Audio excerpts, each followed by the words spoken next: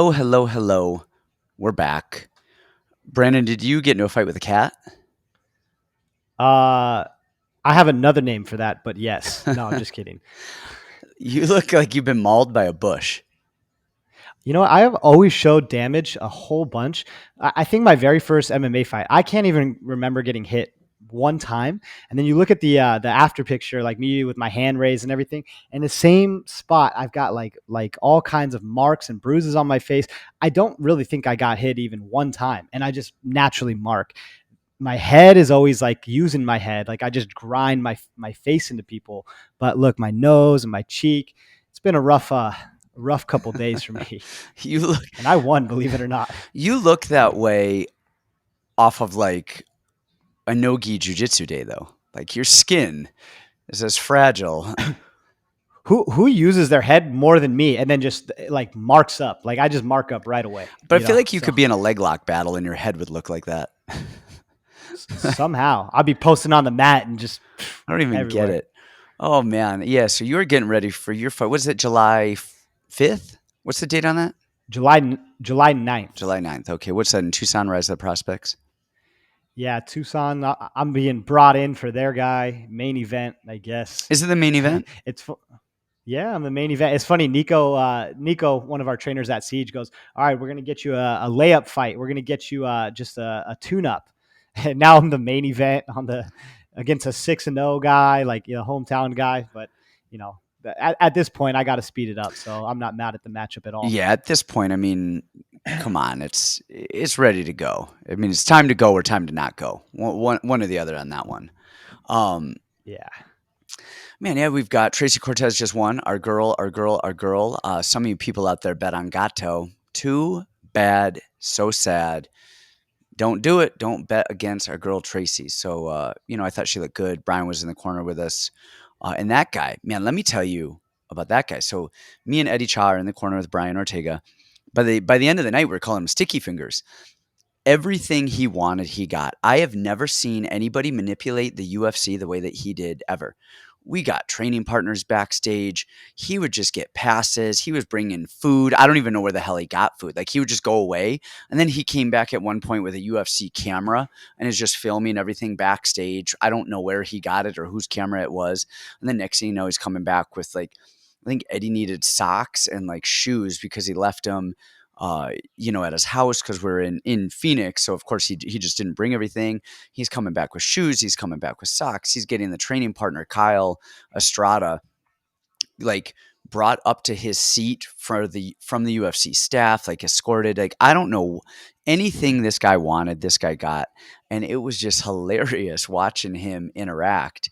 And then of course, It's not, like the saying, like when in Rome. I mean, I think he's probably got cartel links, and we're in Phoenix, Arizona, so that's not a far bridge. I mean, it hey Dana, yeah, it really isn't. Oh, he said when he was in I think it was Abu Dhabi. Like they needed a bike or a treadmill in his room because of the weight cut or something, and they found Dana's personal gym, and he just took it out of there. And then it's like he just like went in there, grabbed it, took it, and was like, "Yeah, Dana, I'm taking this," and that was that. Like that was just I've never seen anybody just and everybody loved him. Everybody could not have been happier to let him do whatever he wanted to do. So it was just funny. He was like, I had a weird interaction with him the other day. "What's that?" Just I went to Fight Ready to go hit mitts with you, and then Tracy came in to start the weight cut, and I had never met Brian before. I've always been at Siege, while he's at Fight Ready. So Tracy comes in, she's in great spirits. I'm super pumped. I've been training with Tracy for what, 5 years, something like that. I used to be her dummy before she got new dummies, right? And so Tracy's my girl. I love her. And she goes, "Oh, I see you got the sleeve." And I said, "Yeah, I'm trying to pull out my Mexican side."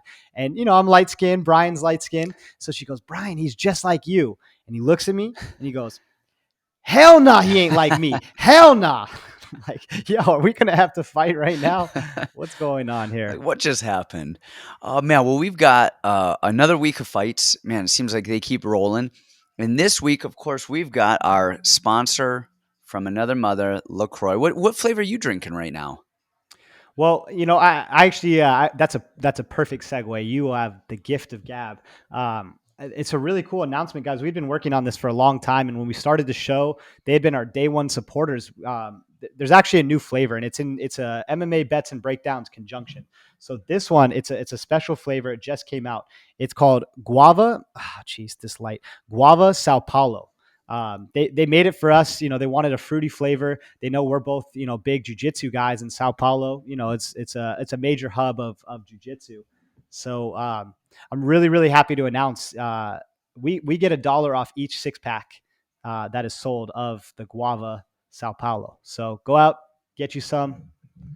Very nice flavor. And support us as always. And then also, this episode is brought to you by my memoir. There are no hospitals in Russia, which actually I show you. It's pre-order right now. So I just got the pre-order link today. I'm going to put that in the show notes. And the actual release of the book is June 3rd. And again, I'll put that in the notes. And this is actually my memoir, but a lot of you know that I had a brain aneurysm and that I had to stop fighting because of the brain aneurysm. Was found on The Ultimate Fighter.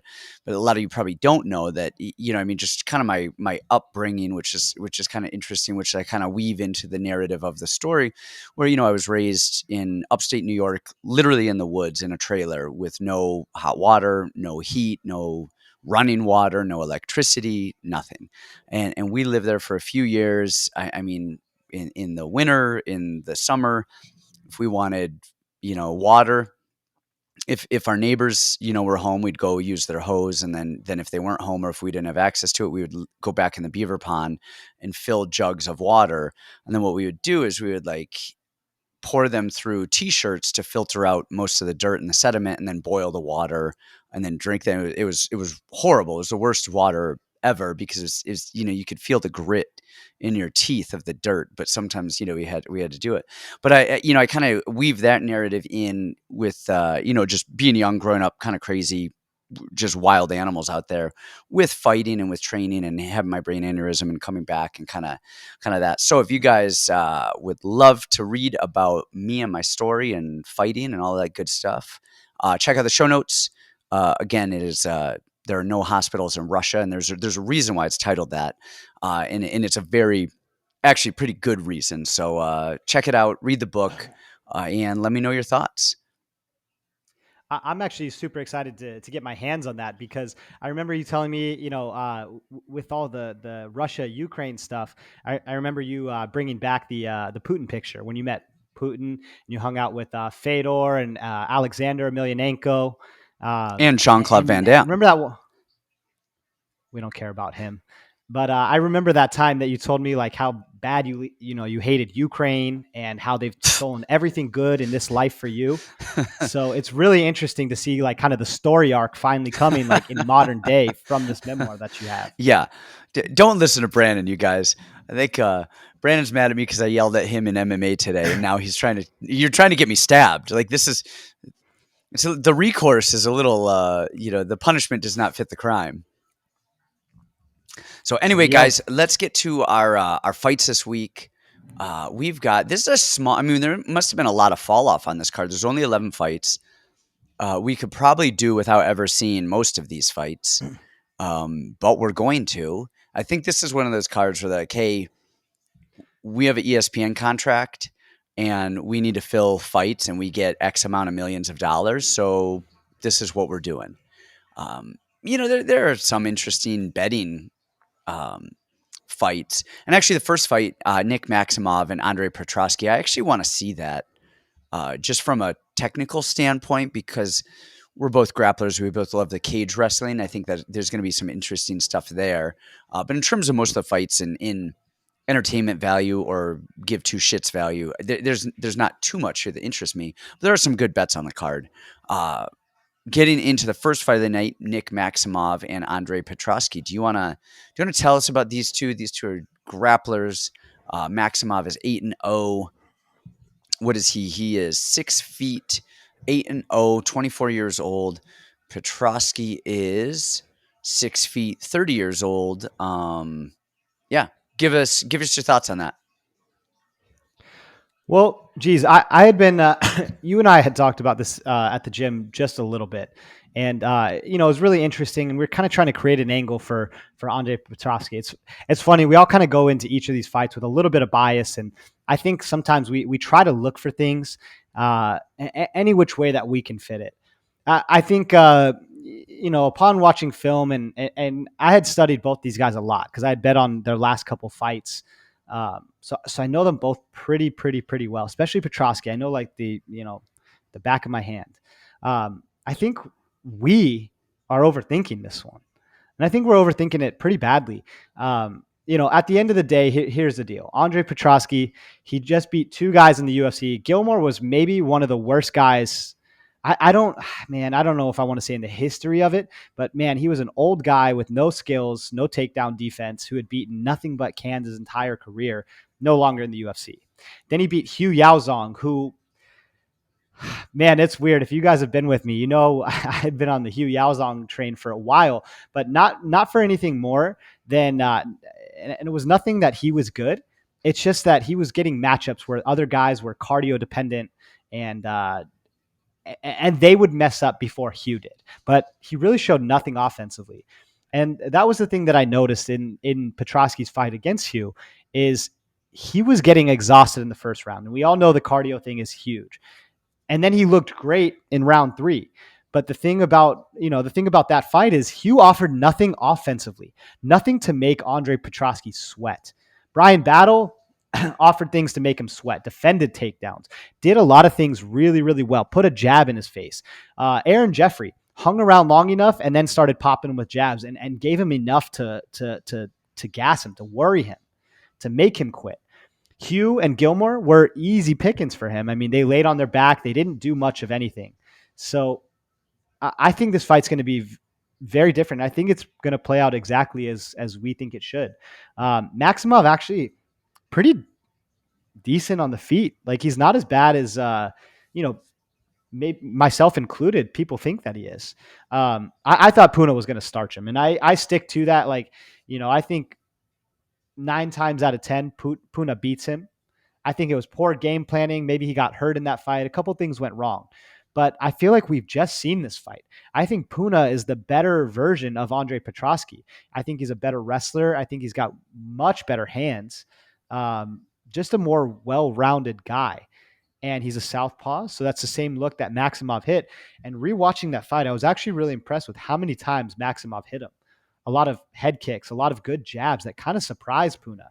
And then he would just drop levels really, really easily, and just a good funk wrestler.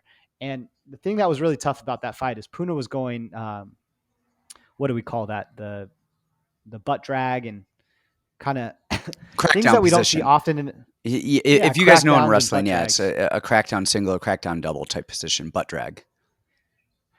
When you're being offensive, that is really hard to defend. I mean, that's part of the reason you do it and you teach it so much, is because, man, that's a complicated web.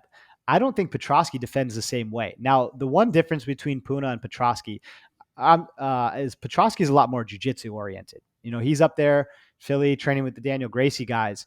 So the one place I could see is Petroski possibly taking his back. But I think Maximov is a good enough funk wrestler, going to be in his face, going to make him work hard enough where I think Maximov cruises here. I think he's going to make Petroski work enough where we see that cardio back on display. I don't care how many times he says he's going to push through it. This is finally a guy that's going to make him work again. And I like Maximov here. Okay, interesting. Doing a little backstory, I was looking at these guys' wrestling credentials, and Petroski took second in Pennsylvania States as a high schooler, a senior year, third in Pennsylvania States as a junior, and then fifth, either sophomore or freshman, I forget.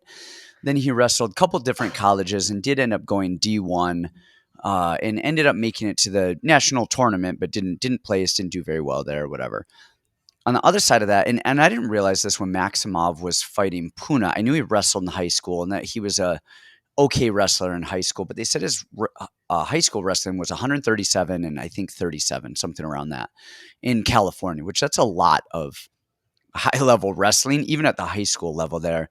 Then he went to junior college, and I forget if he was a All-American or a national champion in California at one of the California junior colleges, and then he was supposed to wrestle at Oregon State and just didn't have, it wasn't a grades thing. It was like, didn't have certain classes. There's clearinghouse stuff that just wasn't done. And so he was like, I'm out. So I think their wrestling is kind of neutral in that sense. And honestly, um, just, you know, making it to the D1 championship or winning or placing All-American at a JUCO level, I think are comparable, if not maybe even a little bit. I might even throw to that JUCO level. It depends, you know. I mean, again, it depends, you know, where you're at, whatever, but what division you're in. But then when you see them fight in a cage, I think Maximov's cage wrestling is much superior, and his cardio is much superior. And we see him get tired, but he pushes the pace, and he's okay with getting tired because he knows his opponent gets tired as well. And you hit it, man. When he fought, I think it was Brundage, right? Isn't that who he fought before Puna? Yeah. I was really like, I was appalled by Brundage's wrestling defense. He just fell down. But then I was really And fight IQ and yes, and I was very underwhelmed with Maximov striking. But then watching him back with Puna, man, he was high guard, defending stuff, throwing some good kicks. And then he mixes in his wrestling so much that he was able to land some good punches.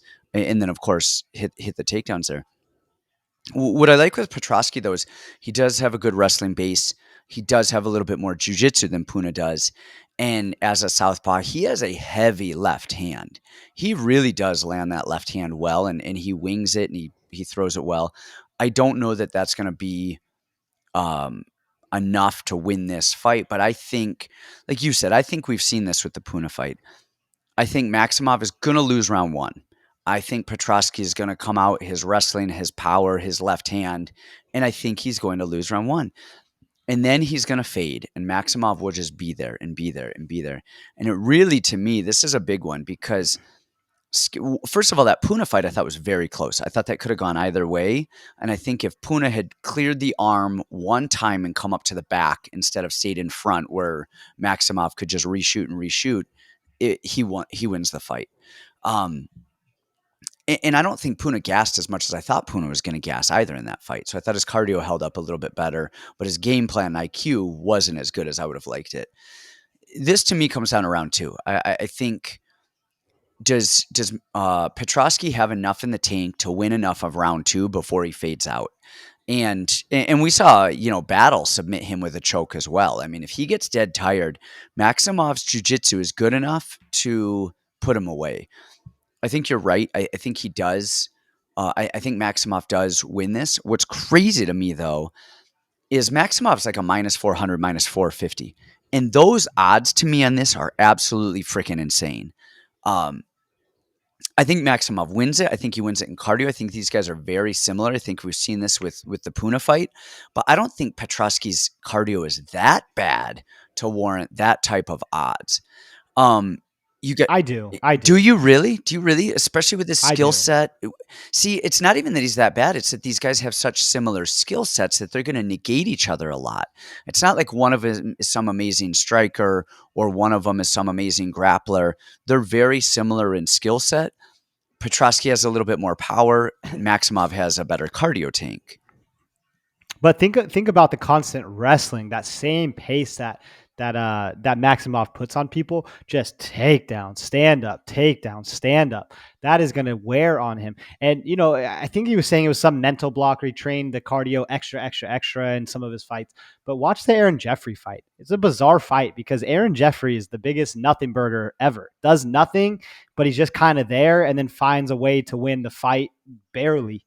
And mid round two, 7 minutes in, and you always say that's like the mark, is that 7 minute mark, for no reason at all. He just stopped throwing. He stopped doing everything. And Jeffrey was one guy that kind of made him fight because he was being offensive and he was moving forward. I think it's dependent on the other person. Hugh offered nothing. Gilmore especially offered nothing. I think Maximov just making him work in the slightest, making him defend one takedown, two takedowns, making him defend a head kick. I think that's going to be enough just to wear him out. And I think we see these cardio problems resurface. Yeah, and what's funny though is with Petroski, I don't think it's a cardio issue. I think his cardio is fine. I bet you if you go to the gym, he'll do 27 rounds in a row. He has an adrenaline problem. He has a hard time controlling his adrenaline. And you said it with the, gosh, what is it? Wu? What the hell was that Chinese Mongolian Greco kid? Oh, Hugh Yeah, Yaozong. Yeah. He was Yazang. He did nothing, and Petroski was tired. But again, I think that was an adrenaline thing, and I think you're right. I absolutely think you're right. I think the adrenaline's going to get the best of him. I think Maximov is going to put the pressure on. I was just shocked to see that line so skewed, and It's a little wide. it's a little very wide, especially with Maximov's underwhelming strike. Again, his striking is better than I thought it was. He's just not super scary. Maximov's not a scary fighter. He's a pressure guy, but he just isn't like a guy, okay, he could put you out at any moment, which I just think that line is kind of crazy. I think Maximov wins it, but I don't think it's like, I don't know that those odds I want to put any money on it. Well, find an alternate way to play this. I think the consensus right now is that fight obviously goes over a round and a half, 2.5 rounds. I would be a little bit careful there, but I like the round and a half. That to me, that's comfortable because round and a half is where Petroski starts to break. I think Maximov can survive that. I think a round and a half is solid. That's the way that I would play it. And I think that's an absolutely fantastic play. The other one, I mean, we're getting super. This one is way riskier, but honestly, the fight goes the distance because I don't think. Yeah. I think Petroski will fade out, but I think his jiu-jitsu and his wrestling are good enough with Maximov's style and skill set to just lose, but not get finished. All right. Well, next up, we have Carlos Candelario, and he is fighting Tasturo Taira. We talked about this a little bit last week. Was it last week or the week before where they were supposed to fight? A couple weeks ago, yeah. A couple weeks ago, these two were supposed to fight. What happened? Do we know why this was pushed back? I think Candelario got sick or something like that. Okay. So we don't have to spend too much time on it. If you guys want to go back and look at the other, the video, we can. We talked about this. Candelario's pressure is solid. His cage wrestling is decent. And really, I don't even think this is a Candelario fight. I think this is a Tetsura fight. What we don't know about him is how is his cardio against somebody who's going to pressure him a lot, and how is his cage wrestling? Even though he fights in a cage in Japan, we don't really see him fighting in a cage in Japan. He's fought the better level of competition. He's undefeated as an amateur, has a lot of hype behind him, has really good stiff, long punches, and understands how to fight range. Candelario on the other side, I thought he was robbed, and sort of Dana. I think that's why he gave him that, gave him the contract, even though he was losing against Altamirano, who I don't think is as good of a jiu-jitsu guy as Tetsuro. I think the smart money here is on Tetsura. I think he wins it. I think that's what I said last week. My worry is I don't know if I want to touch it, only because I haven't seen enough of him in a cage. And we saw this with all the Pride guys, right? We saw it with the Pride guys. We see it with the Risen guys. We see it with the Japanese fighters who look amazing in Japan. And then they come over and they just don't fare well against the Americans. They don't fare well against the wrestling over here, and they don't fare well against the weight cutting. We cut so much more weight than the Japanese. But he's a big kid. He's a big kid. He is, but I even saw an interview where he was talking about, I think he's at Alpha Male now. He's over here in the States somewhere, and I think it was Alpha Male. And he said he thought he was a big 25er, and then he got to the States and realized, whoa, all these other guys are so much big. Maybe it was Syndicate. I forget where it was. Syndicate Extreme. I think he's at Extreme Couture from what I've heard, but the kid's 5'7", so he's not a small flyweight. And then if he's thinking people are bigger flyweights, I mean, he's kidding himself. There's not a lot, more flyweights bigger. But Candelario is listed at 5'7" as well. So I think he's used to being a much bigger person in Japan, and I don't think here he's going to have that big size advantage. I wouldn't be surprised. Like, he's either gonna Asians usually don't. yeah, he's either gonna look amazing in round one and find a right hand dropping Candelario and jumping on his back and choking him out, or he's going to get out of round one, be tired as shit, and Candelario is gonna grind and grind and grind on him. Yeah. Okay. Well, now that you say that, that's a really interesting angle. First of all, we'd be remiss if we didn't talk about Lupi Godinez's performance. Oh my god, Excellent, excellent, excellent. unreal. She's amazing. But she fought that Carnelossi, and I guess here's where I'm going with that.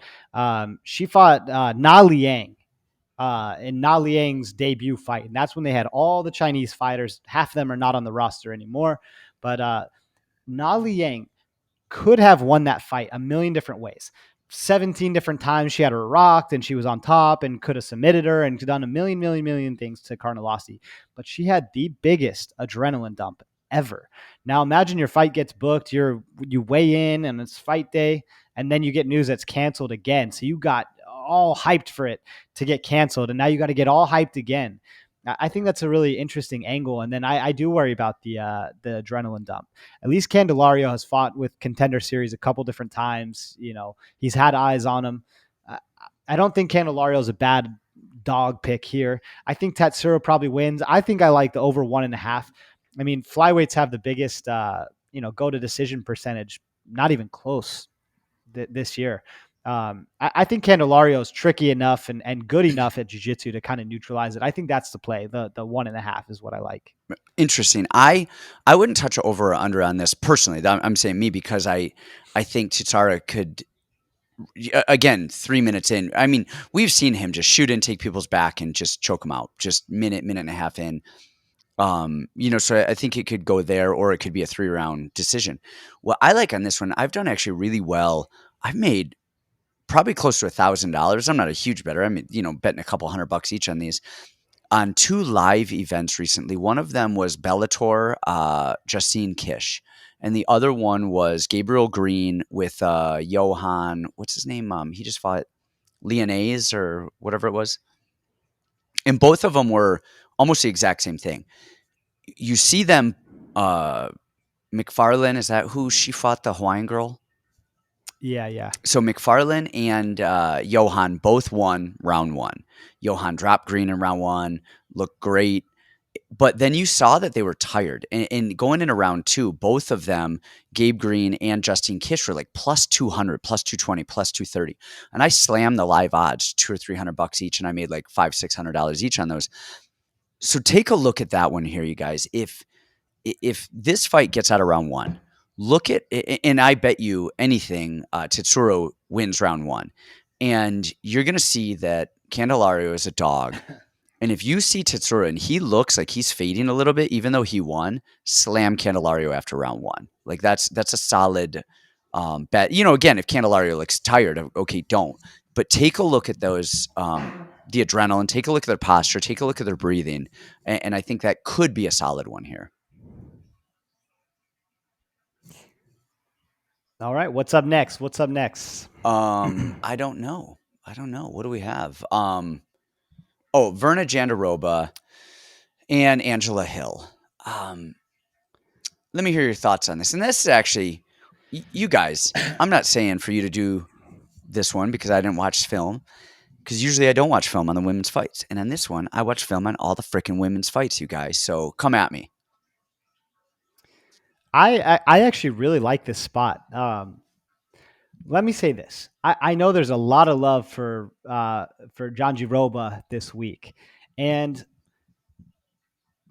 man, I think people are mistaking this for a really easy spot. And I don't understand really why people are mistaken, thinking this is such an easy one. I think people fall in love with how cool Jandiroba looks. Like she's got the wonky eye and the curly hair, and she looks awesome. Like, and the knee pads is kind of like a cool aesthetic, and like all the crazy movement.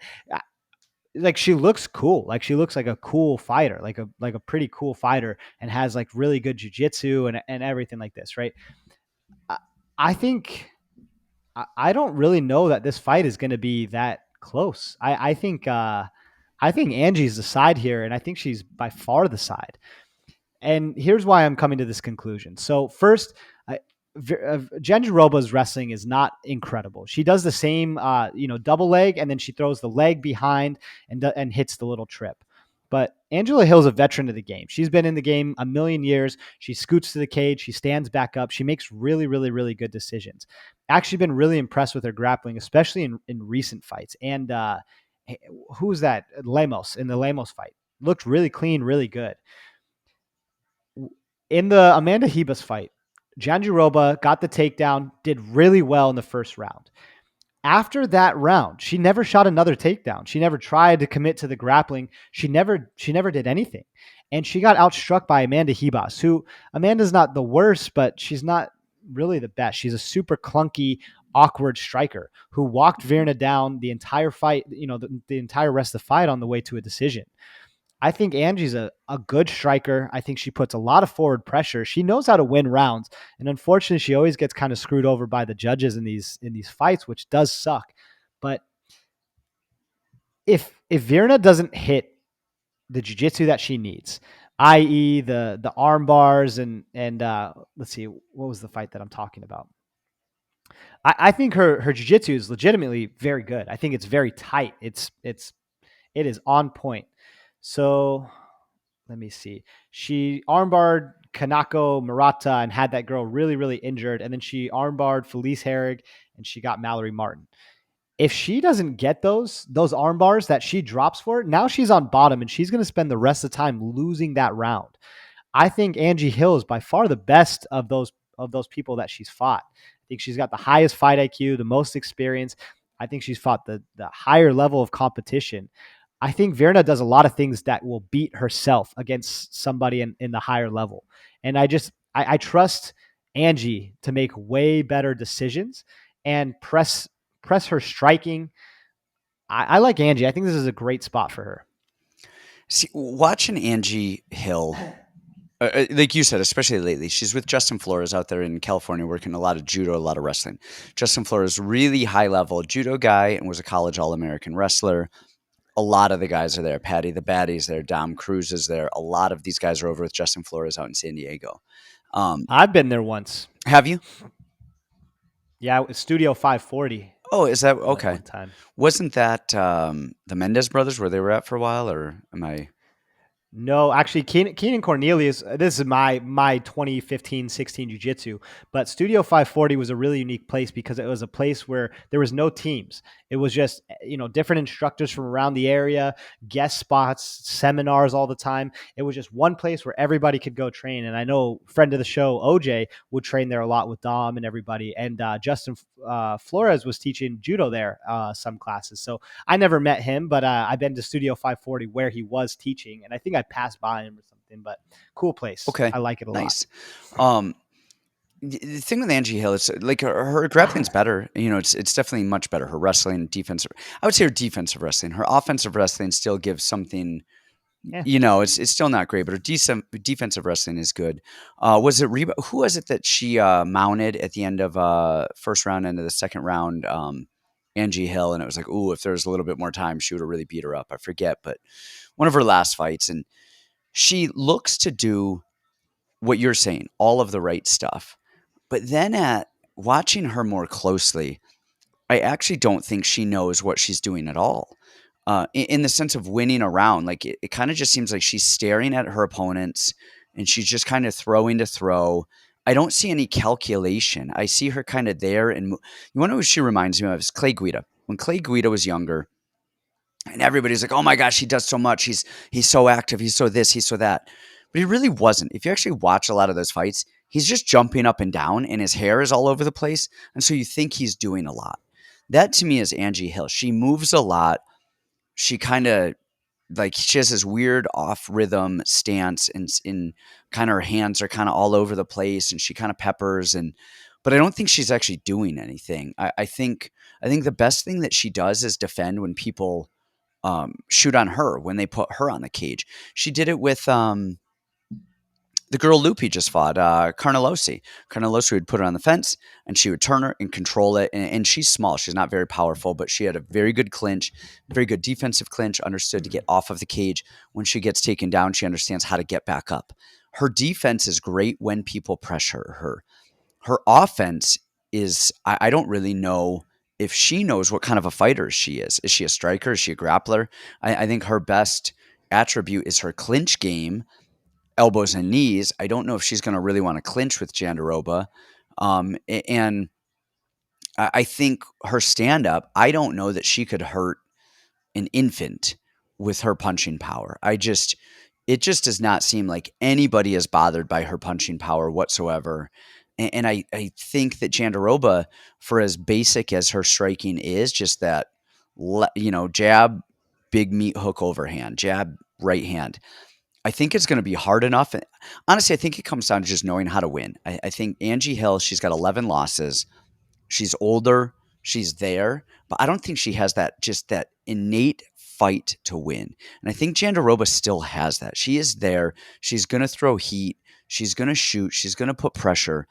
And in a fight that's going to go the distance, most likely, I think that type of pressure, even if she doesn't land well, I think just Angie covering up in the optics of her being hit and then missing, I think Jandiroba is going to win by just wanting to fight, by just putting it out there, by just the optics of it in a 3-round fight.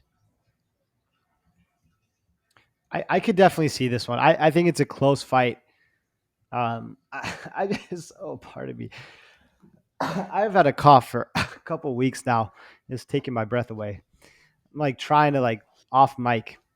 I just like Angie. I don't think this is like a major play or like, oh man, we really found the dog of the week. I just think that that Virna does a lot of stuff that's gonna hurt herself. And getting outstruck by Amanda Ribas was telling to me. And the second she couldn't just get a takedown anymore, she got tired. I don't know what happened in that fight. I would have liked to see more. That was her fight to lose, and she lost it. And so I guess we'll see this week. I think a over is easy. I think over 2.5 is actually 1.5, 2.5. I think is an easy way to make some money here. But I'm just not wowed by either of them. And before I started watching tape, I was like, oh, I'm assuming this Angie Hill is probably going to win this. And then as I watched more on Angie Hill, watching tape on Angie Hill was more telling than watching tape on Jandiroba. And I just felt like she just didn't know when things don't go her way. I don't think she knows how, like, what is her go-to? Like, like certain fight, Dan Henderson, he's down 2.5 rounds. It's an H-bomb coming. Damian Maia, all right, he's finding a submission. Connor's finding his left hand. What is Angie Hill going to do when she's down 2 rounds to Forward 1? pressure, jabs, straight punches. Forward pressure, straight punches, which does win fights and it does win rounds. And Ribas had Virna backing up the entire second and third round. When Virna, I don't know if she I don't really know what happened in that fight, but she was forward pressuring the same recipe that Angie Hill uses. That's why I like Angie in this fight, just for that same forward pressure. And who knows, maybe Virna comes out and takes her down all 3 rounds and dominates her in jiu-jitsu. Totally could happen. I could definitely see that. But that forward pressure, and I can't unsee that Amanda Ribas is looking like a glory kickboxer. Unbelievable. All right. Next up, we've got Michael Johnson and Allan Patrick. I mean, in English, it's Allan Patrick, but I hear people saying Allan Patrick.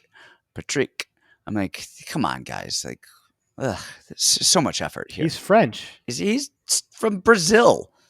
Like, what? Yeah, he's French Brazilian. You don't know about that colony? That's like Mitt Romney in like the Mormons in Mexico. It's like a subset. This is a weird one. So on one side we have Allan Patrick. He's 17-3, or I'm sorry, 15-3. Lost a decision to Bobby Green. Got TKO'd, mounted, beat up by Scott Holtzman. Had a couple wins beforehand.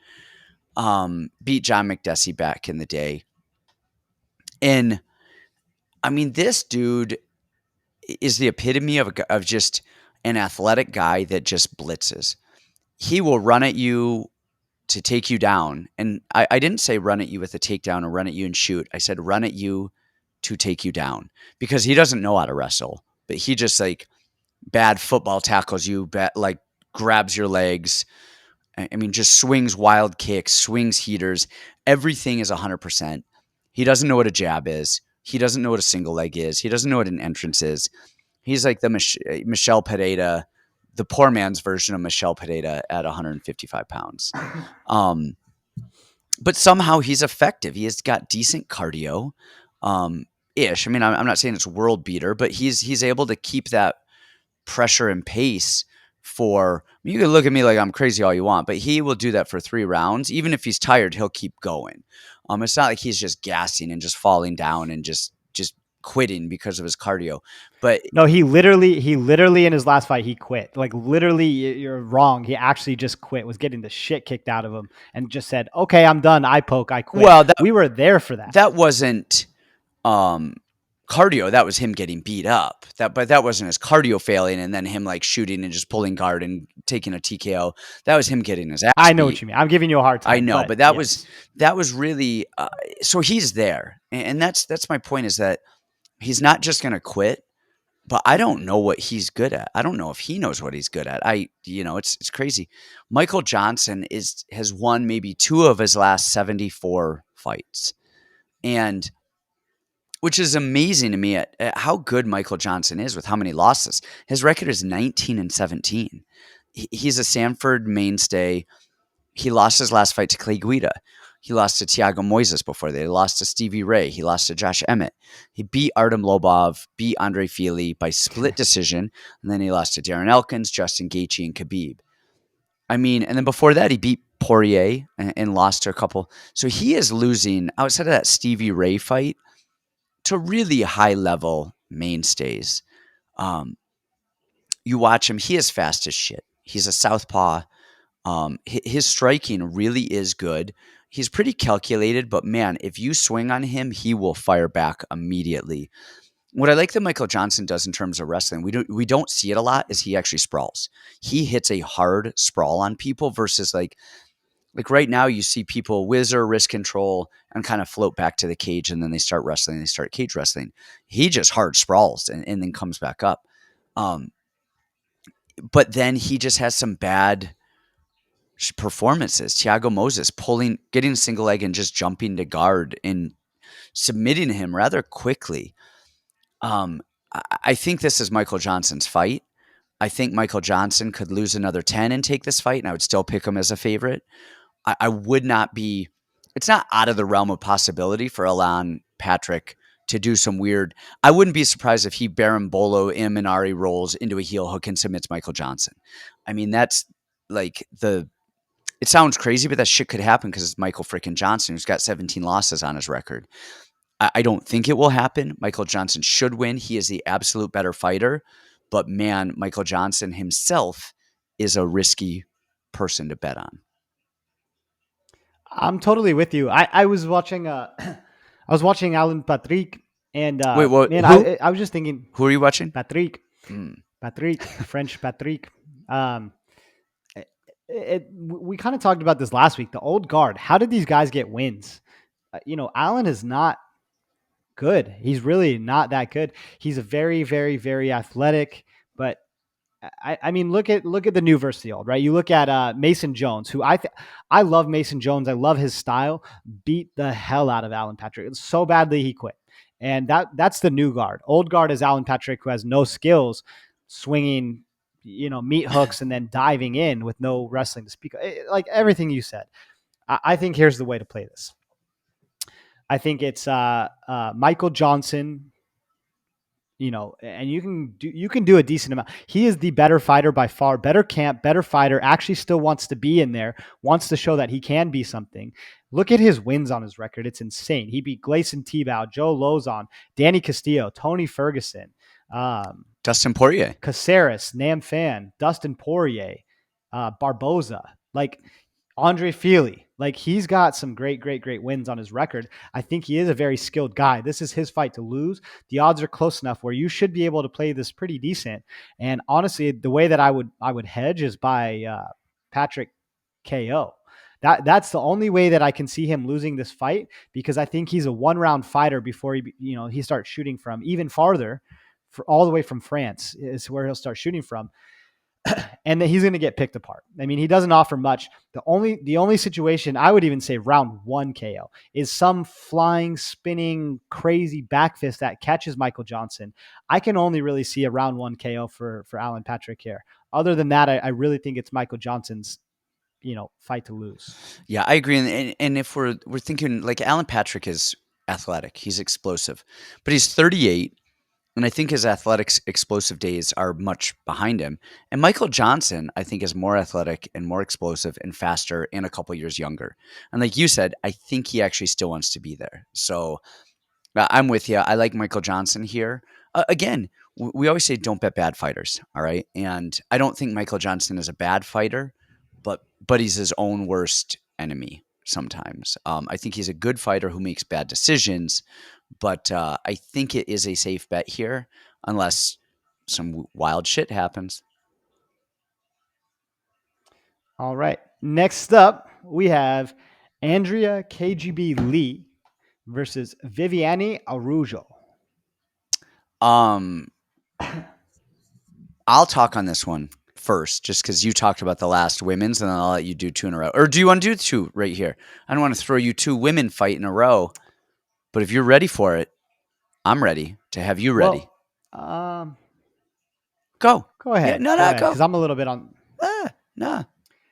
You're just going to tail whatever I say. Yeah, of course. Okay, here's my kind of thoughts on this fight.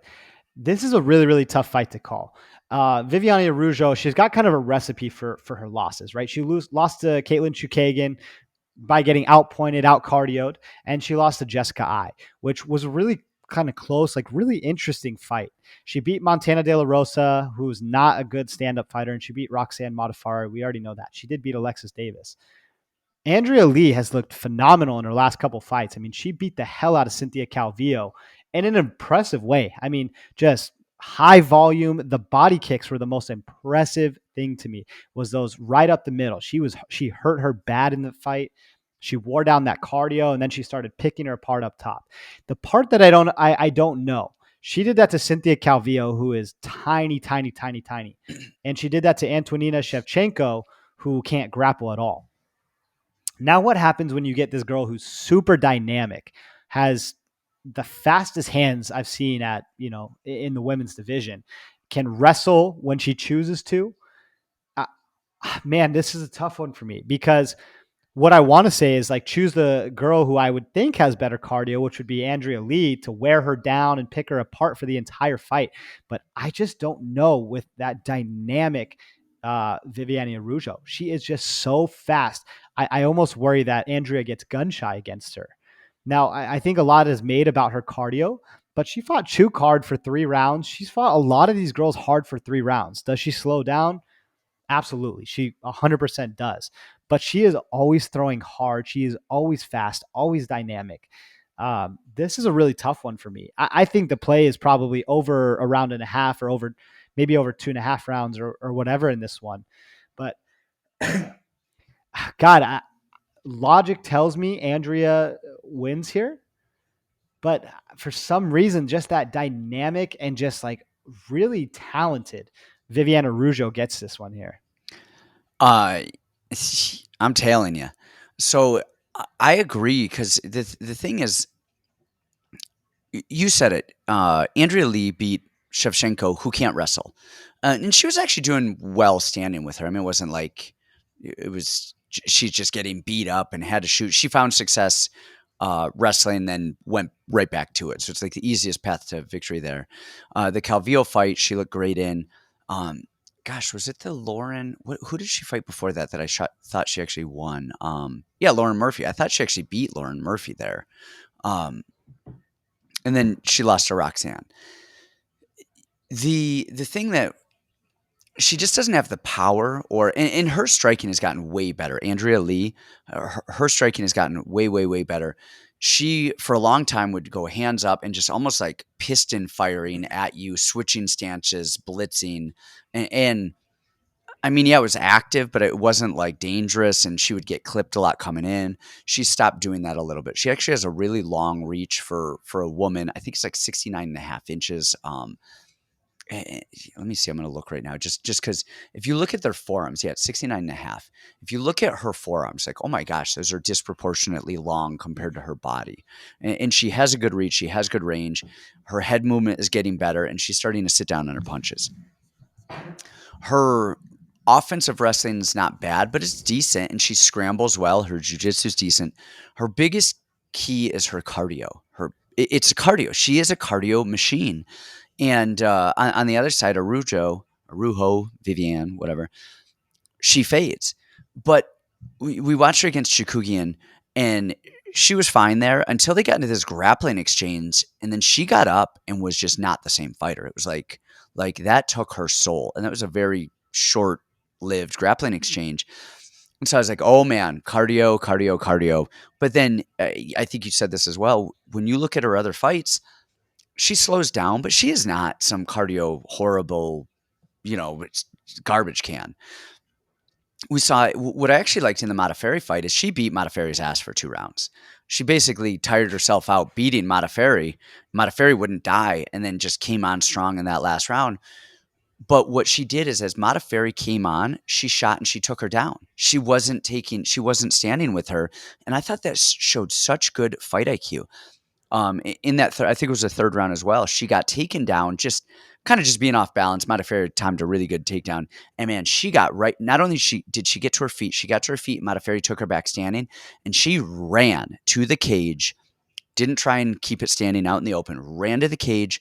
Cage scraped, fought the hands, turned, and then got the takedown off a single leg right there. Honestly, if the cardio weren't a factor, this is Viviane's fight times 1,000. All things equal, Viviane wins this. I think she is a phenomenal stand-up fighter. She has heat in her hands. That's going to keep KGB at bay. But weirdly has never really finished many people. Which is insane. She is not finishing people, but God, she hits so hard. She has great technique. You said it. She is fast. Everything points to her. Honestly, I think the only way Andrea wins this is a third round TKO because I think Viviane is going to be up 2 rounds going into the third, and I think she would have to finish her in that third round. I don't think it's out of the realm of possibility, but I think Viviane is going to win the first 2 rounds. I think KGB wins the third round pretty handedly, and I think Viviane gets the fight 29-28 in her favor. I love what you said earlier. I think that that front kick, that's the big difference to me. Yeah, and she hits it. She hurts people with that front kick, and it keeps people away from her. And then they don't really know, like, do I come in? Do I not? And then they come in at times they don't want to, and then they get hit with either a 1-2 or a 3-2. I love it. I love Viviane. I really like her. I'm really, really impressed with her as a fighter. She is 35. Yeah. She is a little bit older, and she absolutely slows down. That doesn't change the fact that I everything about her besides that she slows down a little bit, I point toward her. I think her size and speed is going to pose more of a threat that Andrea has to kind of download than she was against Calvillo, who's tiny, or against Antonina, who she knows she has the grappling edge. So I think it's a different component. And we don't like saying the cardio fighter is going to lose. Like the cardio problem fighter is going to win, and she's dynamic. She's good. She's solid. Yeah, and again, we always talk about cardio, but there's a big difference between Maximov's cardio and Petroski's, and Viviane's and Andrea Lee's. I mean, Andrea Lee's cardio is better than Viviane's, but it's not like Viviane is just horrible and just garbage and just fades and all things equal. So, yeah, definitely the over here is I think pretty much a lock, and I like Viviane for the win. All right. Next up, we got Jake Hadley and Allan Nascimento. All right, so Jake Hadley is 8-0. Nascimento is 18-6. Hadley is coming off of the Contender Series. Did he fight in the UFC yet, or is Contender Series his last one? No, first fight. Yeah, Contender Series. He missed weight, and I'm shocked that they gave him a contract even though he missed weight, which Dana has always said he won't do. A lot of people were pissed. Mick Maynard and Sean Shelby and everybody in the UFC was like in awe that he got the contract when he missed weight because Dana said he would never do that. And I remember Hadley being kind of a twat backstage, like really mad. And I don't remember why he was mad, but he was like screaming and yelling. afterwards and kind of making a scene. And it was like, what are you doing, dude? You missed weight. Like, what's going on here? And then we have Nascimento, who's a jiu-jitsu guy. He fought Raulian Paiva, and I'm sure I'm butchering that name, Raulian, whatever, Paiva. And that was a scramble fest. That was fast paced for 15 minutes. And I was super impressed with just the pacing of that. Man, Nascimento's wrestling's not phenomenal. He'll wrestle, but man, his ability to wrestle and scramble and even pull guard and then find his way on top is really impressive. Like that, honestly, like you do not see a lot of people. Like Damian Maia was able to do that a lot, and actually so is Gunner. Would end up in half guard, Gunner Nelson, and come up on top of these half guard streaks. You're forgetting someone. Ronnie Yaya. Ronnie Yaya, yes, absolutely. Not great wrestling, but man, could he scramble on top. And Nascimento does that a lot. He attacks legs. And generally, I do not like when people sit back for legs or if they're standing and they attack legs. I hate that. But we saw that with him against Paiva. He pulled a leg lock, jumped into it, didn't get it, and came up on top and scrambled and got the takedown off of it, which was really smart. His hands aren't great, but they were definitely better in his last fight than they were in that Rowland fight. High guard, kicks a lot, throws. His hands aren't great, but he throws with heat. Has taken some shots, has a good chin. On the other side of that, we have Hadley. And Hadley's a good striker. His jiu-jitsu is actually pretty solid as well. I like his high guard, George Foreman frame, kind of George Foreman, Mayweather, sticks his elbow out. Yep. For you guys if you see us, if you guys are watching this versus listening to the podcast, that really high elbow moving. And I really like that style. He doesn't take damage to the head. His defensive wrestling is non-existent. He gets taken down with a stiff breeze, but his offensive wrestling is not bad. And he's physical and he's strong. So when he shoots, he blasts in, he locks his hands, he picks people up, he dumps them. When he gets taken down, he uses really good jiu-jitsu. He immediately attacks an omoplata, and that generally either gets him back to his feet or will create a scramble where he can either come up on top or get back to his feet. What worries me about that high guard is Nascimento likes to kick. He likes to kick a lot. And if you watch that fight, I really expect Nascimento to kind of throw right hand, right middle kick type of stuff at Hadley. And we've seen Hadley get rocked. In his last Cage Warriors fight, he got rocked and ended up started wrestling. He started offensively wrestling. I don't know that he's going to want to wrestle with Nascimento because those are going to create scrambles like crazy. And I don't think Hadley is going to have the cardio to keep up with Nascimento scrambling. And I think Nascimento does have the cardio. We've seen him be able to do that and go and go and go. I'm shocked that Hadley is such a big favorite here. I expect Hadley to win. His striking is very good. I would not be surprised to see Nascimento fade him out. Again, in Hadley's last fight, his opponent, I forget his name right now, was so timid, and he was very successful. He was very successful when he threw and when he got those takedowns. I thought he won round 1, and then Hadley intelligently got the takedown in round 2, got on top and got the choke. I don't know that it's not going to work out that way here. He should win with the striking, but I for some crazy reason here, I am thinking Nascimento is going to get the upset, whether it's via decision or gassing him out and finding something weird along the way. Well, let's see. Did he fight He fought 5 fights against Luke Shanks for the Cage Warriors title. So he can go 5 rounds. We know this. He won. We know this. I'm kind of with you. We are not complimentary very often about jiu-jitsu and MMA because 99% of the time it's horrible. I think Roman Dolidze is like one of the better actual talent-wise, skill-wise jiu-jitsu guys and makes horrible decisions and loses fights because of it, right? But Nascimento is solid. He is like a Paul Craig kind of guy. He is solid. He attacks. But I think in my mind, I was giving too much credit about the Tagir fight, because the problem with Tagir is he lets people do things to him. Like he let Tim Elliott ragdoll him and throw him around, and lets people get in on things that they really shouldn't be. So now we're watching Nascimento, throw up Kimuras and heel hooks and do all this kind of crazy stuff to Tagir, which really shouldn't happen. I think it comes down to this. I think you said it. I think Hadley's got the better striking, although I don't know by a mile. I don't know that it's a mile better than Nascimento's.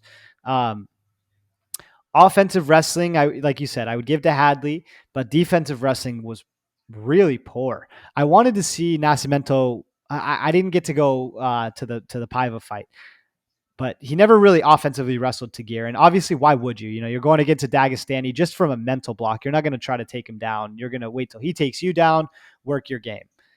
But he's crafty. He is good. He's solid. I can see him coming up on top. I can see him doing these kind of little things. At the end of the day, I think Hadley's a big, strong guy. I think he's going to hold position a little bit better than Tagir is. And Nascimento loves being on his back. So if he can't get the sub, we're already losing that fight. I think there was an argument to be made that he won the Tagir fight, and Tagir did absolutely nothing.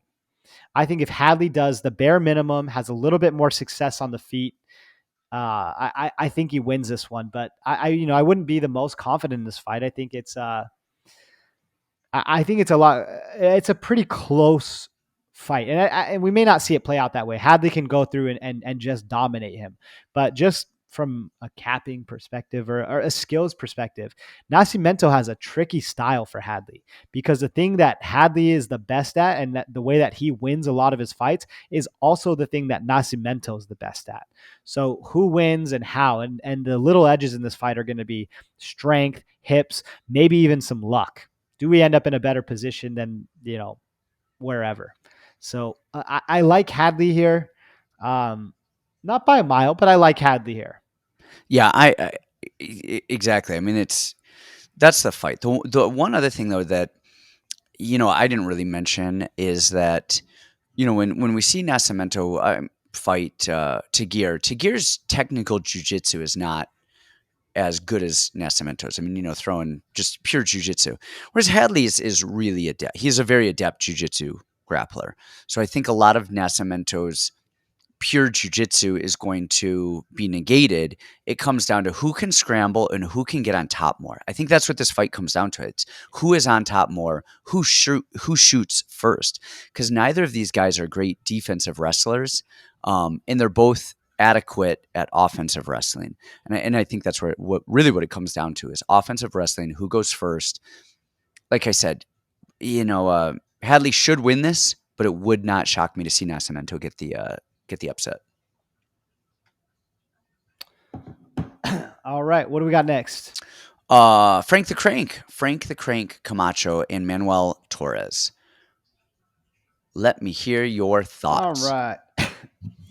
Well, guys, I was kind of a Contender Series playboy. I did so well in Contender Series last year. That's one of my favorite times. I mean, there's nothing like having Tuesday fights. I love it. I love it. I love it. Tomorrow night, or I guess actually when this comes out tonight, we have Invicta, which is awesome too. I like betting on Invicta. I like watching Invicta. Well, I don't know if I like watching Invicta, but I like betting on Invicta. You like watching it while Manuel you're betting Torres on it, was, making money on it. Yeah. So you take it how it is. Manuel Torres was what was one that I looked at pretty early on, and I didn't like him. I actually really liked Colton England in that fight. I remember Colton England being a decent boxer, a jiu-jitsu black belt, could wrestle a little bit, and I saw a path to victory for him. Manuel Torres has almost exclusively first round finishes, and like I always talk about, that is one of the biggest red flags to me. Almost everybody outside of Andre Fialho, that's just a huge red flag. And just going bananas. Now you can hear on the commentary team, Laura Senko goes, whoa, from watching his old film, he's way more composed than we've ever seen him before. And that was true because all of his other fights, he comes out like a bat out of hell, and he finishes these guys that are 3-7 in Mexico, which is really hard to do, to be 3-7 in Mexico. Like Mexico is the easiest place to ever win a fight ever. There's no real gyms. Everybody's just kind of drinking a beer and saying, "Let me give it a shot." Right. So to be 3-7 in Mexico is tough, and that's all he was starching was these horrible guys. Um, Now he's fighting Frank the Crank, and they're listed at the same height. Although Manuel looks taller to me, he looks tall and skinny. Um, Here's the way that I want to approach this fight. I think Frank is live. I really do think he's live. I think he hits really hard. I think his striking is decent. The biggest thing is we've never really seen Manuel second, third round. We just haven't seen it before. Frank's a UFC veteran, although he's 2-5 in the UFC. Hold up, let me pull up his record. He did lose to Justin James, which is not a great look. But his other loss was Beneil Dariush, Jeff Neal, Drew Dober, and Li Jingliang, which are not bad losses at all. I mean, those are all top guys in the world. He's powerful. He hits hard. He's got a good forward pressure. Personally, I think the best way to play this fight is it does not go the distance. Frank is a little bit chinny. And that other kid, again, we haven't seen him outside the first round. I could easily see him gassing, especially if he gets someone that's going to push him hard. I can see him emptying the tank and Frank's powerful hands finishing him late. My favorite way to play this is does not go the distance, but I think I kind of like Frank for an upset. I'm with you 110,000 billion% on both of those. And that's what I was going to say is fight doesn't go the distance. You want to get real crazy, fight is under 2.5 rounds. Fight is under 2 rounds, something like that. I mean, like these guys, we have not seen enough of Manuel. He comes out like a bat out of hell. I don't think he's overly skilled. You said it. He comes out of UWC. That is like, I mean, if you guys remember Explode MMA a few years ago back in San Diego, like those guys would be like 20-0 and couldn't beat up like a mouse. I mean, it was unreal. It's Gladiator Challenge or King of the Cage now. It's like, man, but worse times a million. It was like, gosh, it was so bad. And that's UWC at this point. I mean, UWC is so bad. That must just be somebody's, like the manager or the gym owns it and they put other guys on the promotion and pad the record. we see you, James Krause. But on the other side of that, you got Frank the Crank, who is chinny and loves to lose. And he's tough. He is tough. He is tough. And he's losing to very good guys. But man, you can't just unsee him get taken down and submitted by Beneil without almost effort. And then the flying knee from Justin James. And you see these things. He has lost so many fights, but it's almost like the Michael Johnson thing. And Michael Johnson is infinitely better than Frank the Crank, so don't come at me on that. But you've seen all of Michael Johnson's losses over the last few years, and you see Alan Patrick's record at 15-3, and I'm going, I don't see how Michael Johnson loses this out of some weird shit. I'm not that confident on Frank the Crank here about I don't see how he loses it, but I think he probably wins it. But the play here is fight doesn't go the distance. And we say this all the time. So I would say this. I would say don't play a winner here. I think Frank the Crank is probably going to win. But I think the fight doesn't go the distance is a smart play. And how many times have we said don't bet bad fighters? I don't think either of these are good fighters to bet. I think either of these guys could coin toss some shit. And I think it's not going the distance. These guys are going bat out of hell, guns blazing round 1. I think so too. All right. Next up, we got Katlyn Chookagian, blonde fighter, versus Amanda Ribas. All right, we've got Chookagian. I'm pulling her up right now. Do you have music? Were you just checking the sales of our new LaCroix special? Yes. Do you have music playing over there? Nope. I feel like I'm hearing music from somewhere. But anyway, yeah, I swear there's music somewhere. Chookagian, 17-4. That's a solid record. I mean, that's a solid record at this stage. I don't think she's ever won a fight via anything other than decision. And on the other side of that, we have Amanda Ribas, who we talked about earlier with Virna Jandiroba. Ribas's biggest thing to me, and go back and watch, I think she looks like she is fighting underwater, keeping her eyes open. Like, she's like, "Oh, what?" Like, her eyes are, like, just there. They're so big, and she's just, like, staring at you. Like, I'm like, "Oh my gosh, like, close your eyes. Are they taped open? Like, what is going on here?" It really freaks me out. Like, watching her fight, I get very uncomfortable because I'm like, "Why are her eyes so big?" I don't understand why. Anyway, that's my biggest thing. But yeah, she is she's not horrible anywhere. She's tough. She throws. She's just not great anywhere either. She's just not. I mean, defends takedowns adequately ish. I mean, she did it with Jandiroba. Got taken down by Jandiroba, but then kind of popped back up.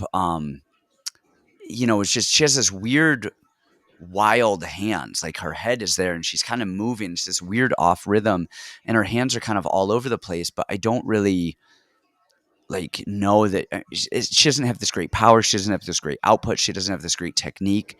She's just kind of there. She's just there. Honestly, she reminds me a lot of Angie Hill in terms of her striking. Like she does she really have a plan? I don't know that she really has a plan. She's just there. And the biggest thing about this is that Katlyn Chookagian is listed at 5'9". Ribas is listed at 5'3". That is a massive, massive, massive um, height discrepancy. Chookagian's wrestling has always been kind of meh, but her wrestling has gotten better. Her last fight, man, she really showed some improved wrestling. I think this fight, I think we easily see Chookagian front kick and jab her way on the outside, and Ribas is just swinging and missing, swinging and missing. But I wouldn't be surprised to see Chookagian get a takedown here and being so tall, just blanket Ribas, and Ribas really having a hard time. I mean, Ribas is trying TP chokes, TP triangle chokes. I don't see that working. And outside of some Hail Mary stuff, man, I think this is a Chookagian lock. As much of a lock can be in MMA, I think this is Chookagian's fight. And Um, I I've never been overly complimentary of Chookagian. Not that I think she's bad. I just think she does her pepper style and just not going for the finish in kind of any aspect has always been lackluster to me. So again, I've been very, derogatory of her skills, and I think she wins this easily. I Jeez, maybe I'm picking up too much. I can't believe you're saying like that much of a lock, or as close as you can be. I do like her here. I do like her. I think she's awesome. I love her boxing. I am in love with her boxing. She has more swag than almost anybody. The way she rolls punches and counters back, like she just has the swag. I love her. I kind of like love her style. I love watching her strike. I think she's awesome. She's solid. She has been working her wrestling a lot. Like you said, the past couple fights, she actually showed really good takedown defense in the Araujo fight. She did get taken down for one round, but I think it was off like a kick or some kind of like weird thing. I really don't count it much.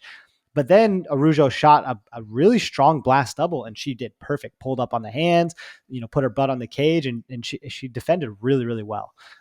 If I'm not mistaken, she's a Danaher brown belt or maybe a Henzo Gracie brown belt. So she works in the blue basement. So she knows what she's doing jiu-jitsu wise. I like her boxing.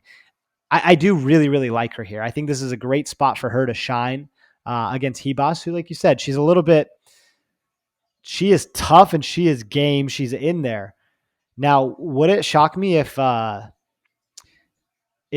came out and took her down and kind of dominated on top? No, it really wouldn't. But I think Chook has enough fight IQ where she's going to stand up the best that she can and make it a tough, gritty fight like she always does. I think she's one of the better girls in the division that's not the champion. Um, I like the volume. I like the pressure. I like just the overall swag. I like Chook here. Nice. And the over is an easy one as well. Yes. Uh, Always the decision. Yep, always. All right, next up, ladies and gentlemen, we have Luis Smolka, who is 100% dead to me, and Davey Grant. How much money did you, and the rest of the freaking world lose when he got knocked out by Vince Morales? I mean, $70. is is that all you bet on him?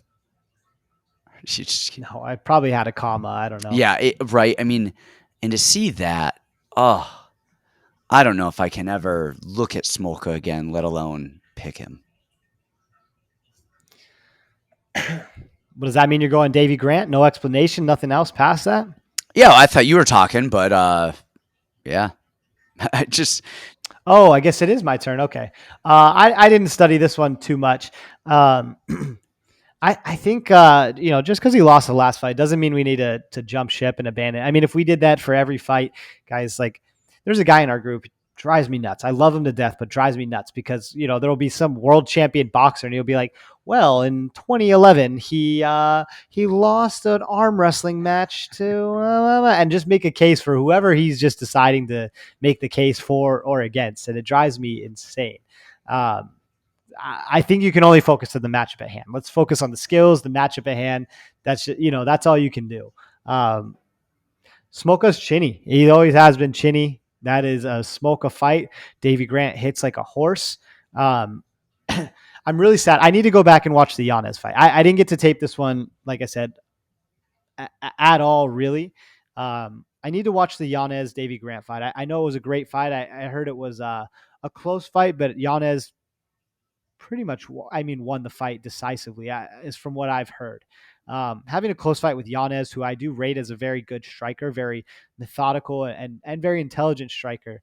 Um, I like Davy Grant, ultra vet, comes on strong. He's the man. I like him to beat Luis Smolka, who's kind of a mid tier guy. Just bought a house. He bought a house last year. He's a family man now.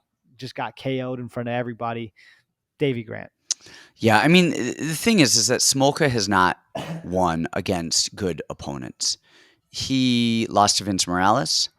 He beat Jose Alberto Quinones, lost to Casey Kenny, beat Ryan McDonald, lost to Matt Schnell, beat He beat Sumajeri. yep Sumajeri, Sumajeri. beat Kyle Estrada in CXF before he was in the UFC, or well in the mid his And Kyle exodus. beat the hell out of me. Look at my face. I know. Lost to Elliott, lost to Ray Borg, lost to Moreno, lost to Mateus Nicolau. All solid guys. My point is that he's not beating the better guys. And I don't think Davy Grant is a world beater, but he's a better guy. He's good. Issue with him is he's 36 and he slows down. Generally 36 we're worried about chin. Davy Grant's chin's not bad. It's fine. I mean, it's not amazing.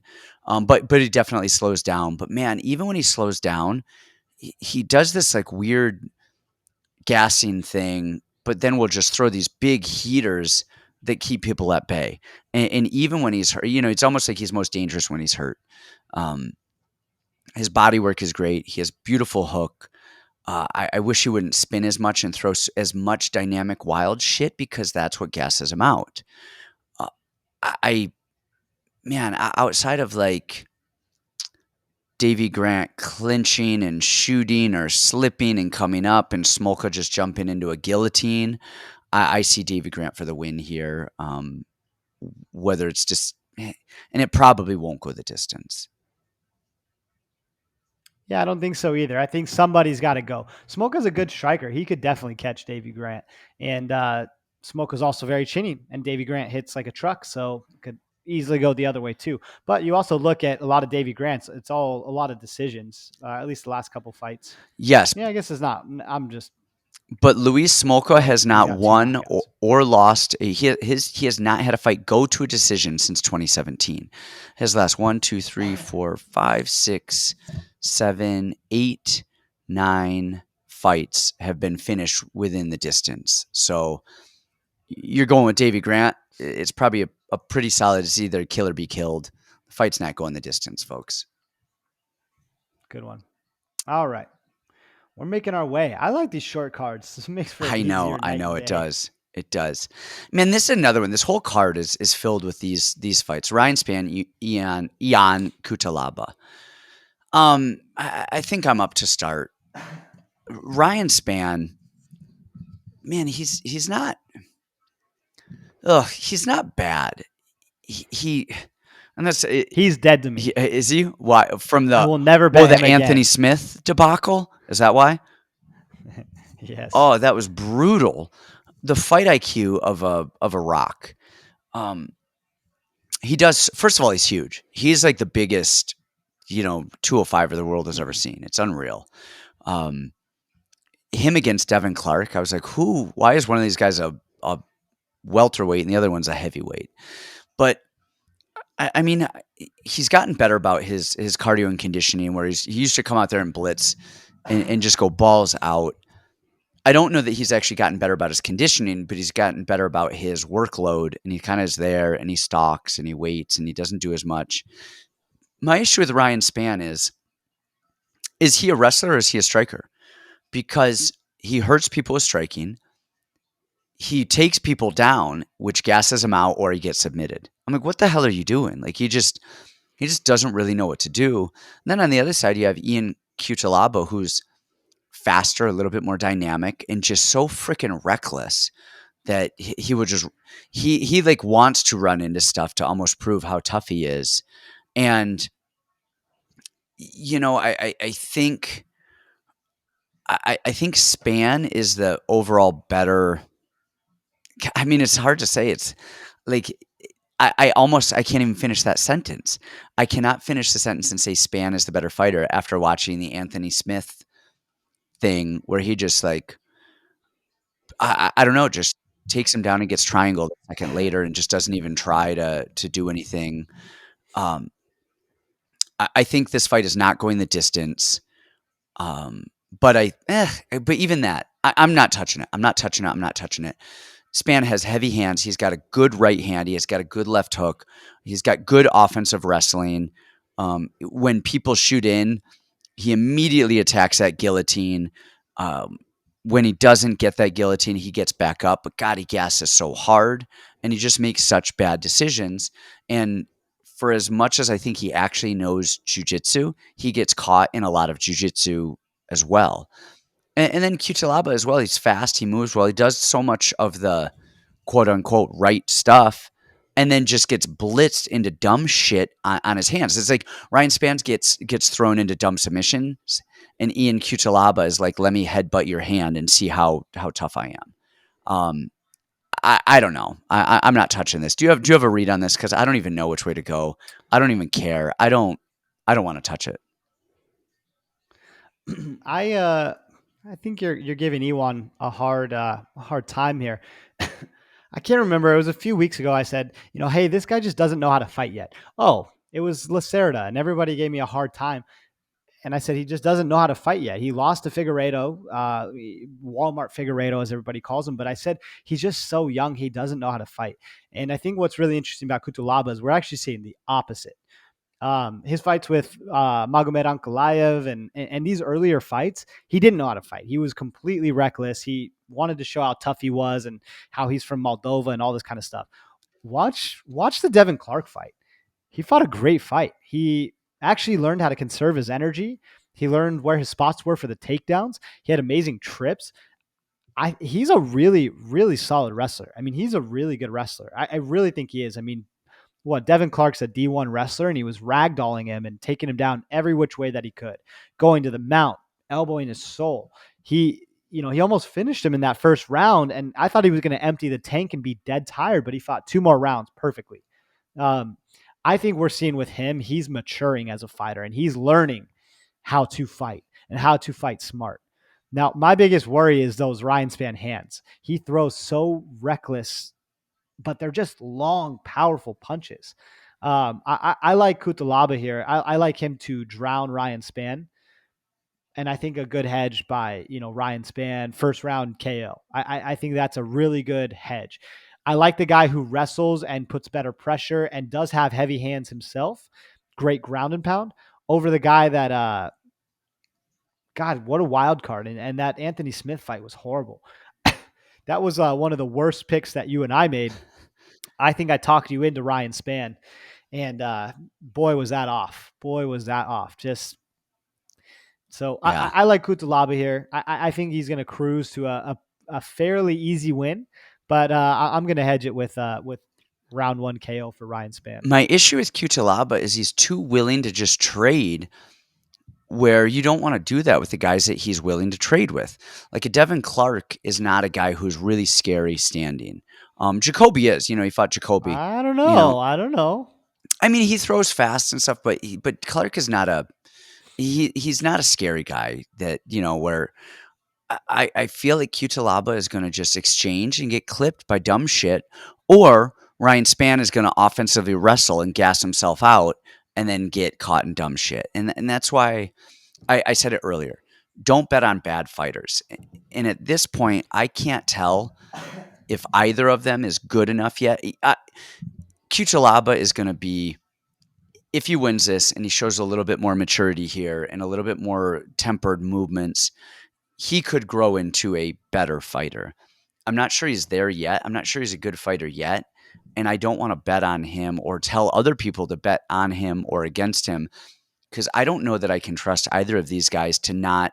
I can't trust Cutelaba to not get into a firefight with a big, strong guy who hits hard. And I can't trust Spann to not wrestle and tire himself out and just fall into a dumb submission. I think you're being too hard on Cutelaba. I think he's the man.